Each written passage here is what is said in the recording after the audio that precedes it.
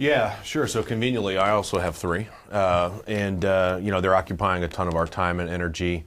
The first I would say is CMMC. I know Don mentioned it earlier. First, let me just give credit to the Defense Department for endeavoring to implement this model. This is not new guidance, right? We've had guidance from NIST in the past.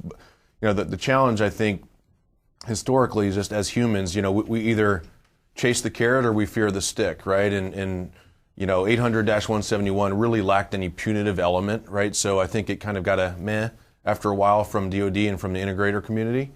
But we have mapped all of our solutions to the varying levels, and granted, it's an evolution, right? The model is not yet completely in its finished state, but we're putting packages and solutions around to help not only the Defense Department but also the DIB partners that are working to secure the federal supply chain and spending countless hours every year supporting DoD. So that's a priority.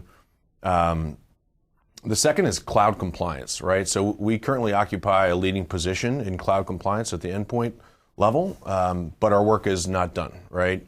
So currently we're operating in GovCloud at the FedRAMP moderate baseline level, but we are going to be pursuing, or we're underway with our pursuit of FedRAMP high and also working with DISA to achieve impact level 5 this coming year. And so these are major engineering initiatives, as most of you likely know. So we've secured provisional authorizations on both the civilian side and the defense side to partner with us as this pursuit carries forward. But that will occupy a lot of time this coming year. And then the final thing I'll say is relative to artificial intelligence and the concept of big data and big threat data and also the cloud, there's some continuing education that I think that needs to get done. We all recognize that.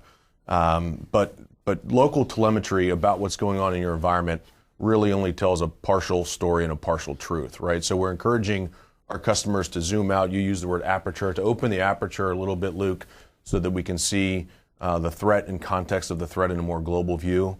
If you think of the way security operators and InfoSec professionals work today, if they're inspecting their environment and they get an alert, they make observations, they make an assessment, it's either good, it's bad, it's black, or it's white, right? And certainly if it's unique, there's a reaction there, right? But we'd be naive to think that something that you're seeing in your environment, which may be unique to you, is unique in a global sense, right? So zooming out, providing additional threat telemetry about what others may be seeing that can help inform you to make more actionable decisions with confidence about how to respond to the threat in your environment, that takes some education. And in all reality, in order to be able to do that, you need to have access to troves and troves of data. And the federal enterprise just doesn't have the budget or the capacity to store that. So the only way to really effectively do that is to take it to the cloud. And so we're spending a lot of time on that initiative and educating our customers there today.